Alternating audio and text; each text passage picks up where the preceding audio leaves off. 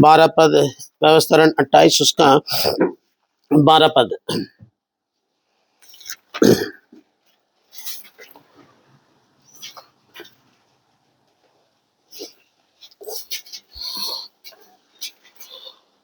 व्यवस्थारण 28 उसका 12 गली पड़ी।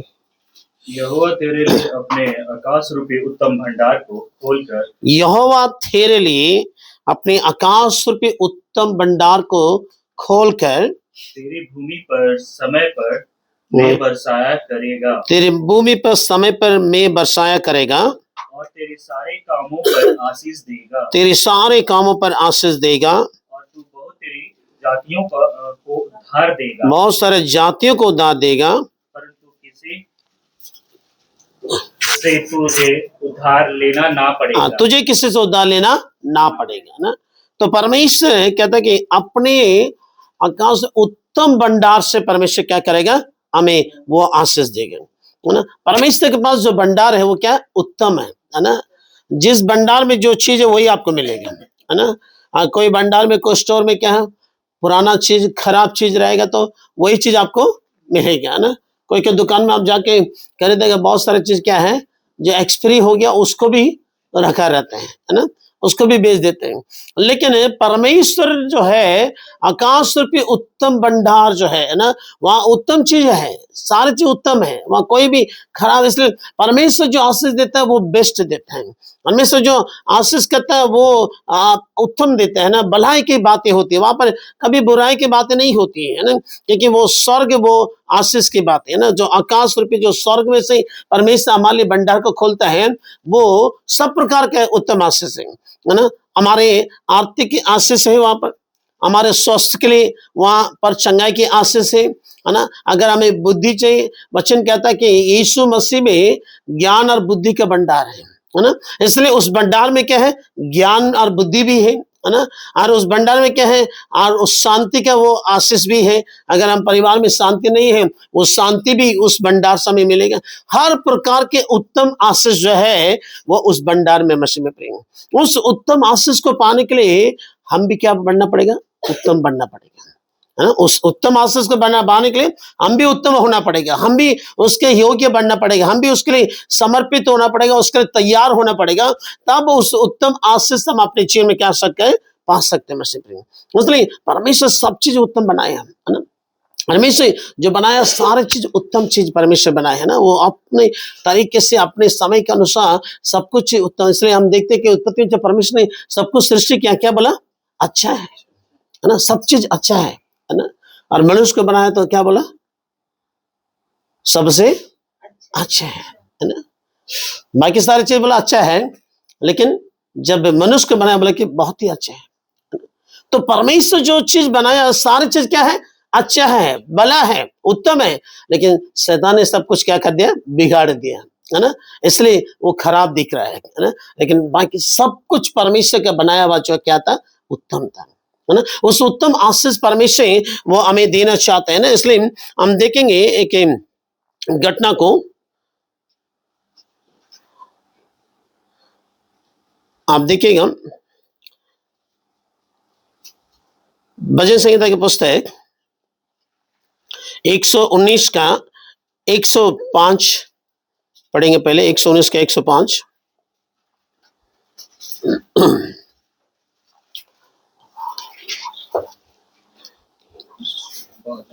119 का 105। तेरा वचन मेरे पाँव के लिए दीपक, हाँ, तेरा वचन मेरे पाँव के लिए दीपक और मेरे मार्ग के लिए उजियाला है, मेरे मार्ग के लिए उजियाला है ना। तो परमेश्वर का वचन हमारे मार्ग के लिए क्या उजियाला है। और पहले क्या पढ़ा, दीपक है ना, पाँव के लिए दीपक है ना, और मार्ग के लिए उजियाला है ना। अगर हम उस उत्तम आशीष को पाना है, उत्तम उस भलाई को हम अपने जीवन में अनुभव करना है, तो हमें क्या करना पड़ेगा, उस उजियाला में चलना पड़ेगा, है ना। उस उजियाला क्या है, यीशु का वचन है ना। वो वचन में हमको चलना पड़ेगा, हाँ, ताकि हम ज्योति में चलें, ताकि परमेश्वर का वचन हमें क्या है, उजियाला दिखाएगा। अंधकार में चलने वाले क्या करता है, ठोकर खा के गिर जाएंगे। अंधेरा में जो चलेंगे, है ना। और अगर लाइन कटा हुआ है, आप रोड में चल रहे हैं, आपको रोड कभी नहीं आया, अचानक नहीं रोड में अगर आप चल रहे हैं तो आप जरूर क्या हो जाएंगे, ठोकर खा के गिर जाएंगे, है ना। लेकिन जब उजाला रहेगा, आप उस उजाला के द्वारा आप सही मार्ग में चल सकते हैं। इसलिए कहता है कि परमेश्वर के वचन हमारे पाँव के लिए दीपक और मार्ग के लिए उजाला। इसलिए हम जब उस उत्तम आशीष को हमें पाना है, हमें पहले उजाला में चलना पड़ेगा, हमें उस उजाले में आना पड़ेगा, तब हमारे जीवन में उस उत्तम को हम पा सकते हैं, उस भलाई को हम पा सकते हैं। और एक वचन को हम पढ़ेंगे, वचन से 119 का 131 131 131 31।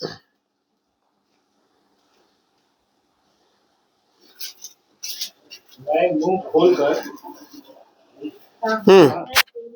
पढ़ी पढ़ी। मैं मुंह खोलकर हम्म हाँफने लगा, हम्म क्योंकि मैं तेरी आज्ञाओं का प्यासा था। एक 131 ना, वही लिखा है। नहीं, 119 अध्याय हम बोले 119 अध्याय का 131वां पद है। 119 में बहुत सारा वचन है ना, वही वाला पढ़ा है। हाँ हाँ, फिर एक बार पढ़ दीजिए 131। हाँ हाँ 31 पढ़ी। हाँ मुंह खोलकर हाँफने लगा, हाँ, मैं मुंह खोल के आपने लगा, क्योंकि मैं तेरी आज्ञाओं का प्यासा था। मैं आज्ञाओं, परमेश्वर के वचन की क्या है, प्यासा है। परमेश्वर के वचन के लिए, उसकी आज्ञाओं के लिए मैं प्यासा हूं, ताकि मुंह खोल के मांगने लगा। इसलिए यिर्मयाह भी कहता है एक वचन में, कहता है कि वो वचन जब मुझे मिला, मानो मैंने क्या किया, खा लिया, बोलता है ना। वो वचन को खा लिया, बोलता है। वो वचन हमारे मार्ग के लिए उजाला है, हमारे जीवन के लिए वो एक जो क्या है, तंदूर देता है, बल देता है। इसलिए वो यिर्मयाह कहता है मैं उसको खा लिया है ना, उसको अपने जीवन में ग्रहण कर लिया। इसलिए वो कहता है कि दाऊद कहता है कि मैं मुंह खोल के क्या है उसके लिए चाहता हूं, ताकि उसके आज्ञा, उस वचन को पाऊं, है ना। उसके अंदर एक लालसा में, इसलिए परमेश्वर के वचन के प्रति हमारे अंदर एक लालसा होना पड़ेगा। उस लालसा, उस वचन हमारे जीवन में आएगा, तब हमारे लिए उत्तम भंडार को परमेश्वर खोलेगा, है ना। ताकि जो परमेश्वर की उन आज्ञाओं को मानते हैं, जो परमेश्वर की उन बातों में चलते हैं, उनके लिए वो उत्तम भंडार है। सबके लिए नहीं है। संसारिक में चलते रहेगा, संसारिक में अपने मन मर्जी काम करेगा, अपने बुराई में चलता रहेगा, फिर आके बोले प्रभु हमको क्या करो, आशीष कर दो, उस उत्तम भंडार का खोल नहीं होगा। जो परमेश्वर के उस राज्य में चलते हैं, उसके उज्याला में चलते हैं, उस वचन के प्रति भूख और प्यास से है, लाल से, उनके लिए वो परमेश्वर उत्तम आशीष को रखा है ना। इसलिए उसके लिए, उसके लोगों को लिए परमेश्वर का आशीष कर रखा है। लिखा है, हम देखते हैं उस वचन को, है ना, वहां पर लिखे हैं, आप देखेंगे योना की पुस्तक, योना की पुस्तक 8 का 32।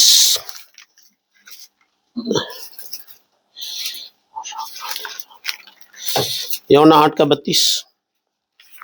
तुम सत्य को जानोगे और सत्य तुम्हें स्वतंत्र करेगा। तुम सत्य को जानोगे, सत्य तुम्हें क्या करेगा, स्वतंत्र करेगा। सत्य क्या है, यीशु मसीह। यीशु मसीह कहता है कि मार्ग, सत्य, जीवन मैं ही हूं, है ना। तो यीशु में से ही सत्य है। इसलिए कहता है कि सत्य को तुम जानेगे, तुम स्वतंत्र हो जाएगा। इसलिए यीशु को जानना है, इस वचन को जो जानना है वो यीशु को जानता है।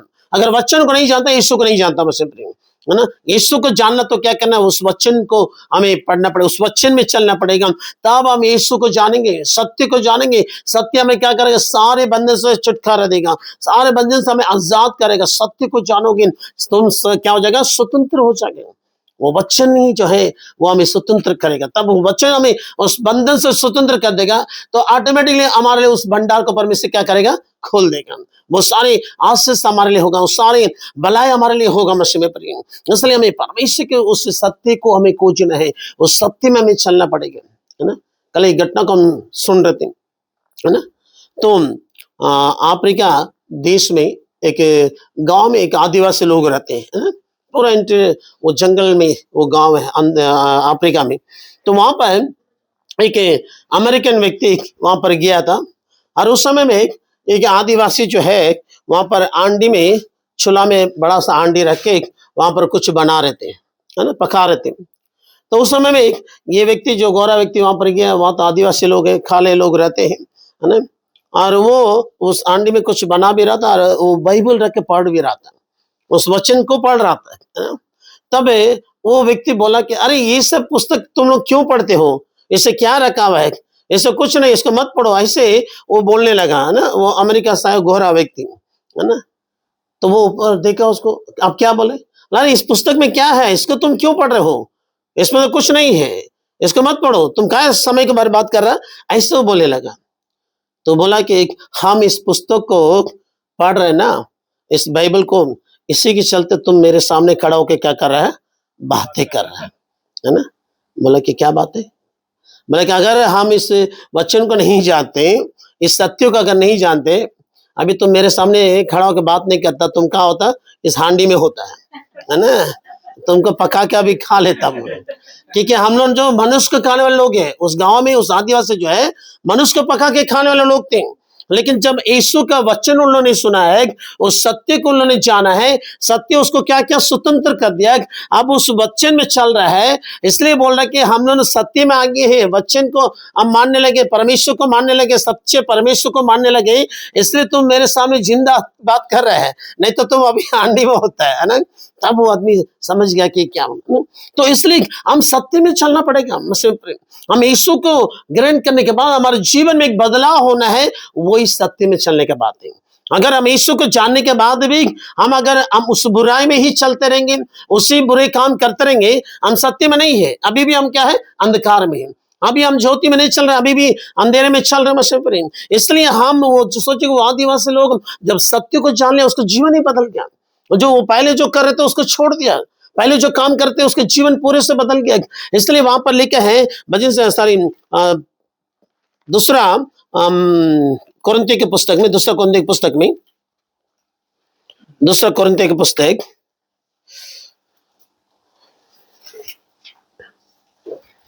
उसका 5 का 17, दूसरा कोरिन्थियों 5 उसका 17। यदि कोई मसीह में है तो वह नई सृष्टि है, पुरानी बातें बीत गई है, देखो सब बातें नई हो गई है। हाँ, पुरानी बातें बीत गई, देखो सब बातें नहीं हो गई, है ना। तो इसलिए हम मसीह में है, सत्य में अगर हम आगे हैं, उस वचन में अगर हम चलने लगे, हमारी पुरानी बातें क्या है, बीत गई, है ना। अभी भी हम उसी पुरानी बातों में हैं, अभी भी हम वही बुरी काम कर रहे हैं, अभी भी वही हम गलत काम कर रहे हैं, तो हम सत्य में नहीं आए, है ना, हम वही अंधकार में हैं। इसलिए अगर हम सत्य में चलते हैं, तब हमारे जीवन के लिए वो उत्तम भंडार खुलेगा, वो उत्तम आशीष होगा, उत्तम भलाई होगा। मसीह में पर हम सबों के लिए परमेश्वर ने उस स्वर्गीय स्थान में रखे हैं ना, इसलिए हमें उस सत्य में चलना पड़ेगा।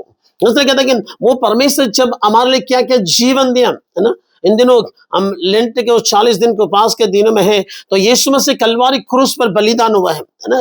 तो वो बलिदान हुआ था आके आप और हम क्या हो जाए, आशीषित हो जाए, आप और हम बचाए जा सकें, है ना। तो वो यीशु मसीह जब अपने जीवन को दे दिया, इसलिए लिखा है रोमी की पुस्तक उसका, आप देखिए रोमी 8 उसका 32 में, रोमी 8 उसका 32 पद, जिसने अपने निज पुत्र को भी ना रख छोड़ा, परंतु उसे हम सब के लिए दे दिया, वो उसके साथ हमें और सब कुछ क्यों ना देगा। हाँ, कहता है कि अपने निज पुत्र को भी रख नहीं छोड़ा, यीशु मसीह खुद अपने आप को बलिदान होने के लिए दिया, जान दे दिया मसीह पर, है ना। जान से बड़ा कुछ भी नहीं होता। यदि कोई 1 यूनिट ब्लड डोनेट कर देता है ना, तो उसको हम कितना एहसान मानते हैं, लेकिन अरे उस समय में हमारे लिए वो उसने क्या किया, खून डोनेट किया, ब्लड डोनेट किया, जिसके कारण से आज हम बच गए, है ना। लेकिन यीशु मसीह सिर्फ खून नहीं दिया है ना, वो अपने जान को ही दे दिया है ना, अपने जान को दे दिया। इसलिए कि उसके साथ बाकी सारी चीजें क्यों नहीं देगा, जब अपने जान दे सकता है वो यीशु मसीह, आपके लिए हमारे लिए सब कुछ कर सकता है, आपके लिए हमारे लिए वो उत्तम चीज देने वाला परमेश्वर है। लेकिन कंडीशन ये है, हम उस सत्य में चलेंगे, हम उस ज्योति में चले, तब हमारे लिए वो भलाई है, तब हमारे लिए उत्तम चीज। इसलिए परमेश्वर हमारे लिए एक बड़ा काम करना चाहते हैं, हमारे लिए परमेश्वर एक बड़े आशीष देना चाहते हैं। इसलिए हम सत्य में चले, उस वचन में चले, ताकि हमारे जीवन के लिए परमेश्वर के एक उत्तम आशीष है ना। इसलिए हम एक घटना में चलते हैं, पहला राजा की पुस्तक 17 अध्याय में, पहला राजा की पुस्तक उसका 17 अध्याय में,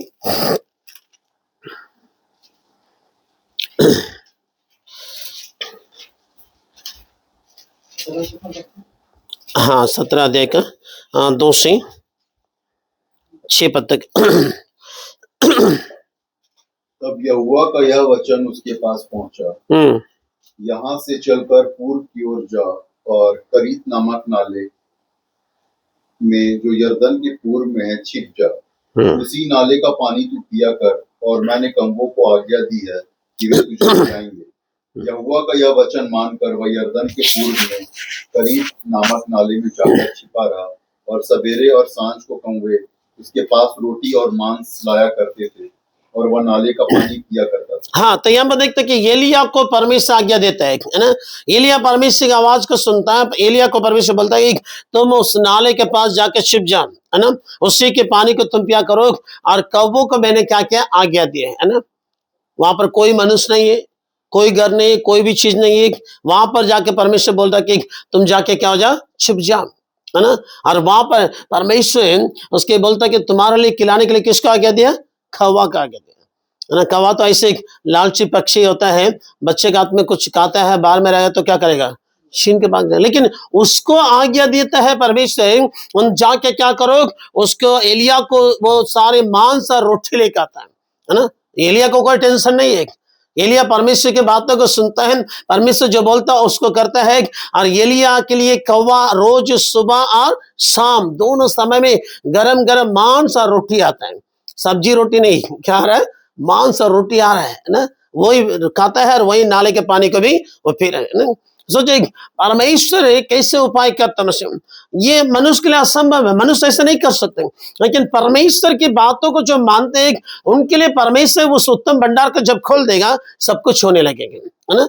हमारे लिए कठिन है, हमारे लिए एक बड़ी बात है, लेकिन परमेश्वर लिए कोई बड़ा बात नहीं है ना। परमेश्वर ऐसा तो सोचे कौवा से परमेश्वर खिला रहे हैं, है ना। इसलिए वचन कहता है कि तुम किसी बात की चिंता मत करो, है ना। पहले परमेश्वर धर्म और राज्य की खोज करो, ये सारी वस्तु मिल जाएगा। कहता है कि तुम ना तो बोते हैं ना काटते हैं, है ना। वो पक्षी को देखो, मत्ती की पुस्तक 6 अध्याय में लिखा, मत्ती 6 में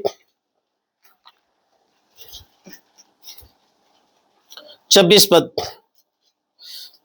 26 6 के 26। आकाश के पक्षियों को देखो, वे ना बोते हैं ना काटते हैं, आकाश के पक्षियों को देखो, ना बोते हैं ना काटते हैं, और ना खत्तों में बटोरते हैं, ना कत्तों में बटोरते हैं, फिर भी तुम्हारा स्वर्गीय पिता हाँ उनको खिलाता है। हाँ, फिर भी तुम्हारा स्वर्गीय पिता उसको क्या करता है, खिलाता है। आगे खिलाता है। क्या तुम उनसे अधिक मूल्य नहीं रखते? हाँ, क्या तुम पक्षी से अधिक मूल्य नहीं है। पक्षी के लिए परमेश्वर अपनी जान को नहीं दिया, पक्षी के लिए परमेश्वर अपने लहू को नहीं बहाया, है ना। आपके हमारे के लिए वो पक्षी परमेश्वर ने लहू बहाया, जीवन दिया। इसलिए क्या कि तुम पक्षी से मूल्य नहीं हो, तुम पक्षी से भी और विशेष है परमेश्वर के लिए, है ना। हम परमेश्वर की संतान बेटा बेटी है ना। वो कहता है कि आकाश के पक्षी ना बोते ना काटते, फिर भी उसको क्या करता है, कौन खिलाता है, कौन है, वहां लिखता है, बहुत अच्छा लिखता है ना। इसलिए हम हमेशा कहते हैं मेरा बाप खिलाता है ना। मेरा बाप उसको खिलाता है तो हमको नहीं खिलाएगा, है ना। अपना बाप उसको खिला सकता है तो मुझे नहीं खिलाएगा, है ना। अगर हम हो कि दूसरा किसी बच्चे को कोई अच्छी चीजें खरीद के देंगे, क्या हम अपने बेटे के लिए नहीं खरीद के देंगे, यूं देंगे। हम संसारिक पिता हो कैसे सोचे, अरे दूसरे बच्चे के लिए हम अच्छा देते हैं तो हम अपने बच्चे के लिए और अच्छा देंगे ना, है ना। तो वैसे कहते हैं तुम्हारे स्वर्गीय पिता खिला रहा है ना, हमारे स्वर्गीय पिता खिला रहा है। इसलिए कहते हैं कि हम किसी बात की चिंता नहीं करना है, हम उस सत्य में चलना है, उस परमेश्वर के उज्जाला में चलना है, ताकि बाकी सारी चिंता उनका है, वो देख लेंगे, वो सब कुछ करेगा। इसलिए हम जब परमेश्वर की बातों में चलेंगे, परमेश्वर आज्ञा को मानेंगे, तो परमेश्वर हमारे लिए उस चिंता करते। इसलिए एलिया के लिए परमेश्वर चिंता कर रहा है कि वो कैसे खाएगा, क्या पिएगा, है ना। वो चिंता नहीं कर रहा कि एलिया हमको कहां से मिलेगा, कैसे आएगा, हम यहाँ नाले में रहने से क्या होगा, नहीं।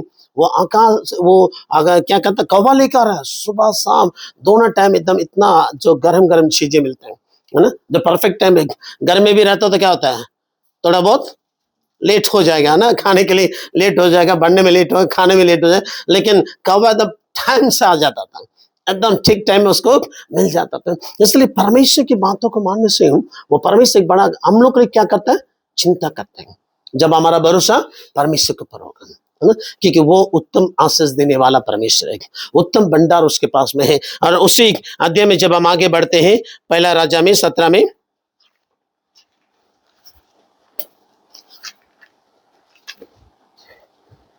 हाँ, तो वहां पर 8 पद से पढ़िएगा।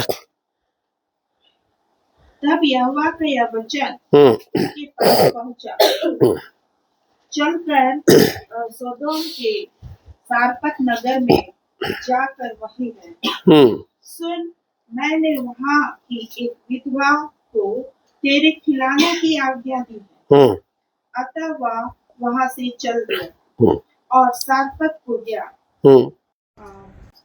सारपत नगर के फाटक के पास पहुंचकर उसने क्या देखा, एक विधवा लकड़ी बीन रही है। उसको बुलाकर उसने कहा, किसी पात्र में मेरे पीने को थोड़ा पानी ले आ। ले जा रही थी तो उसने उसे पुकार के अपने हाथ में एक टुकड़ा रोटी भी मेरे पास ले दिया। उसने कहा, तेरे परमेश्वर यहोवा के जीवन की शपथ, मेरे पास एक भी रोटी नहीं है, केवल घड़े में मुट्ठी भर मैदा और कुप्पी में थोड़ा सा तेल है। और मैं 2 एक लकड़ी बीन कर लिए जाती हूँ कि अपने और अपने बेटे के लिए उसे पकाऊं और हम उसे खाए फिर मर जाएं। हाँ, तो यहाँ पर देखते कि परमेश्वर अब एलिया को कह रहा है कि तुम यहाँ से निकले, क्या करो, सारे पद घर में जाओ, वहां पर जाओ, है ना। तो वहां पर एक विधवा को मैंने आज्ञा दिया, वो क्या करेगा, खिलाएगा, है ना। तो वहां पर जाता है, वो लकड़ी छोड़ रही थी, लकड़ी भी मैं रवि उस दिन बता रहे थे कि वो उस बाउंड्री के अंदर में है ना, जंगल में नहीं है, उसी बाउंड्री के अंदर में वो लकड़ी है, उस घर के पास में है। इसलिए वो लकड़ी छोड़ रही थी, तो उस समय एलिया क्या कर रहा है, पानी मांग रहा है, तो पानी लेने के लिए अंदर जा रही थी, घर जा रहे है ना। इसलिए वो बाउंड्री में ही है, उस घर के पास में ही है। जंगल में रहता तो वो घर आने में टाइम लगे, लेकिन वहां लिखा कि वो तुरंत वो पानी लेने अंदर जा रही थी, तब बोल रहा कि तो पहले से मेरे लिए क्या कर रहे हैं कि रोटी भी लेके आना है। मांगने वाला पहले क्या नहीं मांगता है, कोई चीज नहीं मांगता, पहले क्या मांगता है, पानी मांगता है। जब पानी देने लगेंगे तब बोले कि अरे हम बहुत भूखा है, कुछ खाने के लिए दे दो, है ना। तो वैसे एलिया बोल रहा कि जब पानी लेने गई तो बोल रहा कि एक तो रोटी भी ले खाना है ना। तब बोलते कि रोटी कहाँ से आएगा, हमारे पास तो क्या है, मुट्ठी भर का ही आटा है ना, मुट्ठी भर का आटा है और थोड़ा सा तेल है, हमारा मेरा बेटा है, उसी के लिए लकड़ी चुन रही हो ना, क्योंकि लकड़ी का चूल्हा में जलाएगी तब उसमें रोटी बनाएगी। अभी के जैसे गैस उस नहीं, हीटर नहीं है ना, तो वो लकड़ी छून रही थी, है ना। बोले कि उसको खा के हम क्या हो जाएंगे, मर जाएंगे। मरने के लिए कोई कहता है क्या, क्या जीने के लिए कहता है ना। लेकिन ये बोल रही है मैं क्या हो जाऊंगी, मर जाऊंगी, है ना। क्यों, वो जानते कि इस देश में अकाल है, अब कहीं पर भी कुछ भी नहीं है, खाने के लिए कुछ नहीं मिलेगा, और वो एक परमेश्वर को मानने वाली स्त्री है। इसलिए वो कहते कि परमेश्वर के जीवन के शपथ, है ना। इसलिए परमेश्वर को जानती है, वो विश्वास करती है, परमेश्वर के ऊपर उसका भरोसा है, इसलिए परमेश्वर उसके लिए चिंता कर रहा था।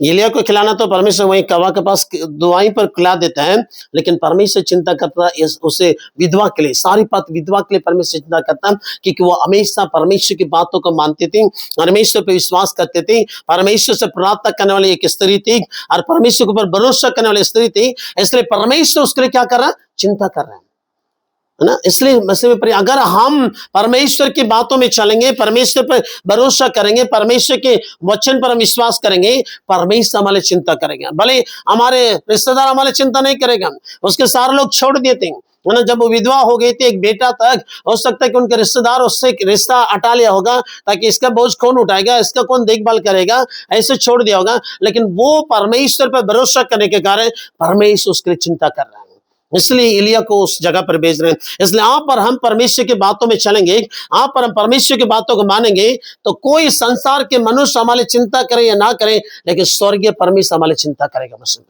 क्योंकि वो हमारा स्वर्गीय पिता है। वो हमारी चिंता करें कि मैं अपने बच्चों के लिए हम कैसे हम भलाई करूं, उसके जीवन के लिए कैसे उत्तम चीज को दूं, वो परमेश्वर हमारी चिंता करेगा मसीह। इसलिए इस स्त्री के लिए परमेश्वर चिंता करो, उसको अंतिम वो रोटी खा के वो खत्म हो जाएगी, मर जाएगी, इसके बाद वो कैसे जिए, लेकिन यीशु मसीह परमेश्वर उसके लिए जीने के लिए वो रास्ता खोल रहा है। ना। इसलिए आपके परिस्थिति जैसे भी हो सकता है, आपके शरीर की परिस्थिति जैसे भी हो सकता है, लेकिन हम जब परमेश्वर के ऊपर भरोसा करेंगे तो परमेश्वर हमारे लिए वो चिंता करेगा, परमेश्वर हमारे लिए एक बड़ा काम करेगा मसीह में प्रेम। इसलिए हमारा भरोसा उसके ऊपर होना चाहिए। इसलिए इस स्त्री के जीवन में परमेश्वर वहां पर एक बड़ा काम करता है ना। तो उसने वो कहता कि वो आटा ना घटेगा। पढ़िए 13 पद आगे पढ़ी।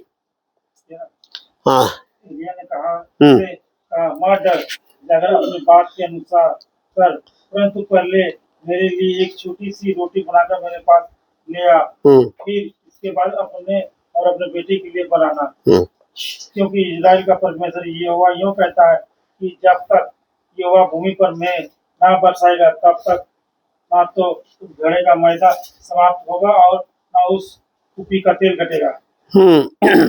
सोचिए अनवी से कहता है कि वो पहले रोटी मेरे लिए बना के लाना, तब एक तुम्हारा आटा ना घटेगा ना तेल घटेगा, है ना। सोचिए कि 5 किलो आटा लेने से 10 दिन में क्या हो जाता है? 10 दिन पहले खत्म हो जाता है। वो आदमी के हिसाब से होगा, है ना। सोचिए यहाँ पर मुट्ठी भर का आटा है, वो बोल रहा है कि जब तक परमेश्वर इस अकाल को खत्म नहीं करेगा तब तक ना आटा खत्म होगा ना तेल खत्म होगा, है ना। सोचिए कि वो परमेश्वर की उस बात के अनुसार उसने की। वहां लिखे हैं, आगे पढ़िए 15 पद। तब वह चली गई और एलिय्याह के वचन के अनुसार किया। तब से वह और स्त्री और उसका घराना बहुत दिन तक खाते रहे। हाँ, सोचिए कि एलिय्याह के उस वचन के अनुसार उसने की है, क्योंकि वो पहले से परमेश्वर को जानती थी, परमेश्वर को उसको भरोसा था, उसके विश्वास था। इसलिए जैसे उसने बोला उसके अनुसार किया है। तो मालिक है कि वो जब तक अकाल खत्म नहीं हुआ, और वो स्त्री, वो एलिय्याह और उसके बेटा और उसके घराने, पहले कितना लोग था? पहले वो कितना लोग था? 2 ही जन था, माँ और बेटा था। अब यहाँ कहाँ आ गया? घराने भी आ गया, है ना। अरे घराने कहाँ से आ गया? सब तो छोड़ दिया था, सब कोई उसको छोड़ दिया था कि इसको कौन देखभाल करेगा, कौन। लेकिन जब परमेश्वर उसको आशीष करने लगा, अभी सारे रिश्तेदार आ गया, सारे लोग अब आ गया, बोले कि अरे मैं तुम्हारा रिश्तेदार हूँ, ये हो। जब हम ऐसे परिस्थिति में हो जाते हैं मसीह प्रेम, तो लोग हमें छोड़ देते हैं, है ना। लेकिन यीशु मसीह कभी नहीं छोड़ता है ना। वो कहता है कि मैं ना तुझे छोड़ूंगा ना तुझे धोखा दूंगा। भले मनुष्य में धोखा दे सकते हैं, मनुष्य में छोड़ सकते हैं, लेकिन परमेश्वर कभी नहीं छोड़ता है ना। इसलिए वहां पर तो कोई नहीं था, सिर्फ माँ और बेटा ही था। लेकिन जब परमेश्वर के आशीष होने लगा, परमेश्वर उस आकाश पे उत्तम भंडार को खोल के आशीष करने लगा, और वो तेल और आटा खत्म नहीं हुआ, पूरा देश में अकाल है, कहीं पर भी खाने के लिए कुछ नहीं मिल रहा। तब लोग को पता चल रहा कि इस विधवा के घर में क्या है? आटा और तेल है ना, घटी नहीं रहा, ये बढ़ते जा रहा है ना, ये लोग खाते जा रहा। तब सारे लोग आ गया, लिखा कि उसके घराने को भी खिलाने लगी। वो ये नहीं बोले कि अच्छा अभी तुम लोग मेरे पास आए हो, है ना, उस समय तो तुम लोग सब क्या किया? हमको छोड़ दिया, हमको भूल गया, अभी हम लोग हमारे पास आया, हम तुमको कुछ नहीं देंगे, ऐसे नहीं बोले। लिखा कि उसके घराने को भी उसने क्या की? मदद की। मसले हमारा परिस्थिति जैसे भी हो, लेकिन हमारा भरोसा यीशु मसीह पर होना चाहिए, उसके वचन पर होना चाहिए। तब परमेश्वर हमारे लिए उस उत्तम भंडार को खोल के वो आशीष करेगा। वो हमारे लिए चिंता करता मसीह, है ना। तो हमारी चिंता कर, जब हम उस पर भरोसा करेंगे, उससे प्रार्थना करेंगे, परमेश्वर लोगों को तैयार करेगा, परमेश्वर लोगों के लिए परमेश्वर खड़ा करेगा, ताकि वो हमारे लिए क्या करे? सहायता करे। अगर हम परमेश्वर को नहीं मानते, परमेश्वर पे भरोसा नहीं है, हम मनुष्य के ऊपर भरोसा करके हम इधर उधर कितना भी कुछ करें, कुछ भी होने वाला नहीं है। पिछले दिन में जो सेवक है डेविड गणेशन, जो हम लोग का साउथ का है, वो उससे बात हुआ था ना। तो वो बहुत बड़ा सेवक है ना, उसके सामने तो हम लोग कुछ भी नहीं है। वो बहुत बड़ा संस्था चलता है, उनका विलेज मिनिस्ट्री, 1200 सेवक उसके अंडर सेवा करते हैं ना, बहुत बड़ा संस्था है। पूरा दिन भर वो बिजी रहते हैं, पूरा देश में उसके सेवा चलते रहते हैं। तो वो उस दिन बातें करने लगा ना, बोले कि आपका जमीन के लिए हमारे लिए बड़ी बोझ है ना, तो हम कुछ करना है चाहते हैं, है ना, लेकिन अब तक हमारे लिए उपाय नहीं हुआ, लेकिन हम प्रार्थना कर रहे हैं, हम आके उस जमीन में प्रार्थना करना है। वो बोल रहे थे कि साल हम आएंगे, हो सकता है मई महीना में आएंगे, तो हम आके उस जमीन में प्रार्थना करेंगे, हम भी उस जमीन में कुछ सहायता करेंगे, ताकि हमारे अंदर ये बोझ है ना, परमेश्वर हमारे अंदर में ये बोझ डाला है, ताकि हमारे अंदर एक बड़ा चिंता लग रहा है कि ताकि हम जब तक उसके लिए कुछ नहीं करेंगे, हमारे अंदर ये चिंता होगा, है ना। इसलिए परमेश्वर ने हमारे अंदर बोझ दिया, ताकि हम जाके उस जमीन में प्रार्थना करें, हम कुछ सहयोग करें। तो सोचे कि हमारे लिए परमेश्वर चिंता करता है ना। हम लोग किसी के पास जाने से कोई कुछ करने वाला नहीं है, हम लोग के लिए कौन चिंता करेगा? वो क्यों चिंता करेगा? वो इतना बड़ा सेवक है, उसका अपनी दुनिया भर का इतना जो परेशानी रहता है, इतना उनको एक महीना में उनको लगभग 1 करोड़ रुपया चाहिए उसको। एक महीने में 1 करोड़ रुपया चाहिए, इतना मिशनरी को सपोर्ट करना है, सारे सेवा चलना, सब चीज के लिए 1 करोड़ रुपया महीना उसको चाहिए।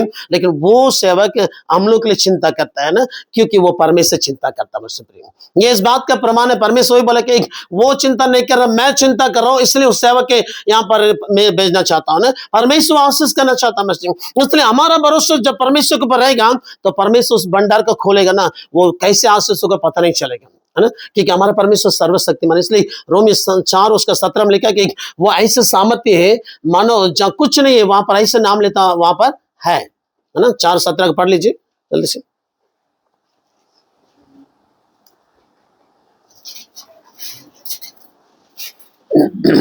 जैसा लिखा है, मैंने तुझे बहुत सी जातियों का पिता ठहराया है, उस परमेश्वर के सामने जिस पर उसने विश्वास किया और जो मेरे मरे हुए को जिलाता है और जो बातें है ही नहीं, है ही नहीं, हाँ, उसको मानो ऐसे नाम लेता है वहां है ना।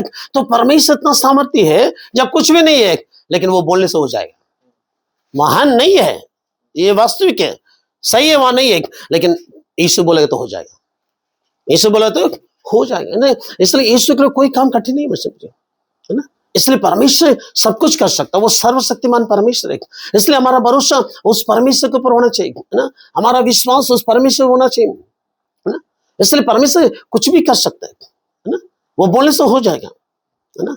इसलिए जब इजराइल लोग मिस्र की गुलामी से निकल कर आ रहे थे तो वहां पर क्या है, वो लोग मन्ना खा के क्या हो गया, बोर हो गया, है ना। बोले क्या रे, वहां तो अच्छा था, वहां बढ़िया मिलता था खाने पीने के लिए, यहाँ पर क्या हो गया, ये मन्ना ही मिल रही है, मन्ना से क्या हो रहा है, कुछ अच्छा नहीं लग रहा, हमको क्या चाहिए, मांस है। 7 दिन दाल भात देने से बच्चे लोग भी क्या नहीं खाएगा, है ना, कुछ तो चाहिए, है ना। तो वैसे इन लोगों का भी बोलने लगा कि अरे हम लोग का मूसा से बुड़बुड़ाने लगा, है ना। और मूसा जाके परमेश्वर को पास उस बात को बोला, तो परमेश्वर बोला कि हाँ ठीक है, हम उन लोग को क्या करूंगा, मांस खिलाऊंगा। मूसा भी घबरा गया, है ना। मूसा परमेश्वर को सलाह देने लगा, आप सोच समझ तो बोल रहे हैं ना, है ना। यहाँ कितना 1000 लोग हैं क्या, 10,000 लोग हैं, 30 लाख लोग को खिलाना है मांस, कहाँ से हम खिलाएंगे, इतना सारा कितना भेड़ बकरी को मारेंगे, कहाँ से खिलाएंगे, है ना। तो वो परेशान हो गया। परमेश्वर बोला कि तुम उसका टेंशन मत लेना, वो काम मेरा है ना। तो परमेश्वर बोला कि 1 दिन 2 दिन नहीं, ये लोग पूरा 30 दिन खाएगा, है ना। तो इसलिए परमेश्वर सिर्फ एक हवा को आज्ञा दिया, जैसे हवा चला समुद्र से पूरा बटोर आके क्या हो गया, जम गया ना, पूरा बटोर आ गया ना। 30 दिन तक खाते रहा, है ना। लास्ट में इतना अनस हो गया, बोले नहीं और नहीं चाहिए, है ना। तो कहा कैसे, सोचिए परमेश्वर क्या नहीं कर सकता है ना, वो बोलने से हो जाएगा। इतना हमारा परमेश्वर में सिंपल बोलने से हो जाएगा, उसके शब्दों में सामर्थ्य है ना। इसलिए हम उस परमेश्वर पर भरोसा करें ताकि वो हमारे चिंता करेगा, वो हमारे उस उत्तम भंडार को खोलेगा, वो आशीष होगा मसीह में पड़ेगा। हम किसी से मांगने की जरूरत नहीं पड़ेगी, हम किसी के पास जाने की जरूरत नहीं पड़ेगी, लेकिन हमारा काम है कि परमेश्वर के सत्य में चले, उस उज्याला में चले, और हमारा भरोसा यीशु मसीह के ऊपर हो। किसी मनुष्य के ऊपर वचन कहता है कि जो मनुष्य के ऊपर भरोसा करता है वो क्या है, श्रापित है ना। वो उस अधमुए पेड़ के समान होगा, है ना।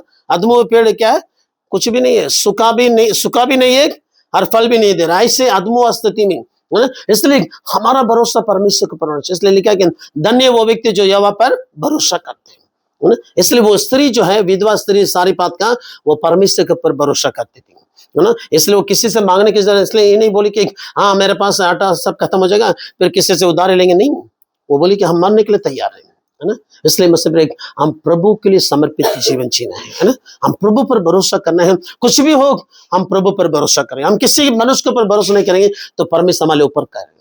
वो भंडार जो खोलेगा ना तो सारे उत्तम चीज उसमें है। मैं हमें कभी किसी के पास जाने की जरूरत नहीं है। इसलिए हमें परमेश्वर के वचन में चलना है, वो हमारे लिए वो आशीष करेगा। इसलिए हम प्रार्थना करें परमेश्वर हम लोग के जीवन में वो भलाई करेंगे, है ना। उस उत्तम भंडार को परमेश्वर खोलेगा। इसलिए हम